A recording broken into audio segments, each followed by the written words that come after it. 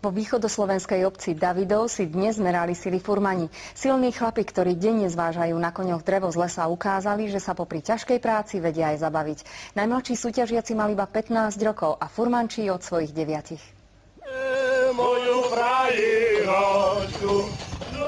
Toto ešte nie sú furmani, ale ich predskokaní speváci aj takto dávali dedinčanom na známosť, že furmani sa po dlhých rokoch do obce vrátili. Nie pre robotu, ale súťaženie. Kde sa ukazuje zručnosť furmana a sila koní a šikovnosť koní. Povolený doping pre každý pár koní bol štedrý prídelov sa pre chlapov bosk manželky. Iné rozhod sa nepovolil. No najdôležitejšie, či už v lese, či na závodisku, je, aby kone furmanovi verili. To je furman druhý koň v lese. Dedo môj robil s koňmi v lese 30 rokov. Nebojstík. Oco 5 rokov v lese s koňmi, no a ja po ocovi, ja už 18 rokov v lese s koňmi.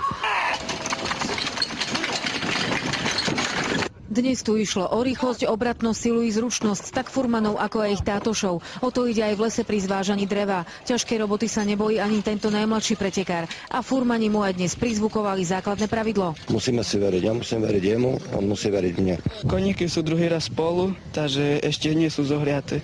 Tieto ženy si na furmanov z dediny ešte dobre pamätajú, aj keď im odzvonilo v 50. rokoch. Roboty boli, nie také ako dnes, všetko je spanšené. Furman víťaz bude dnes svoje prvenstvo oslavovať tu spolu so svojimi kamarátmi, zajtra pravdepodobne s rodinou, no a v pondelok bude obyčajným furmanom, ktorý spolu so svojimi tátošmi bude opäť zvážať kubíky dreva. Diana Murdziková, Slovenská televízia.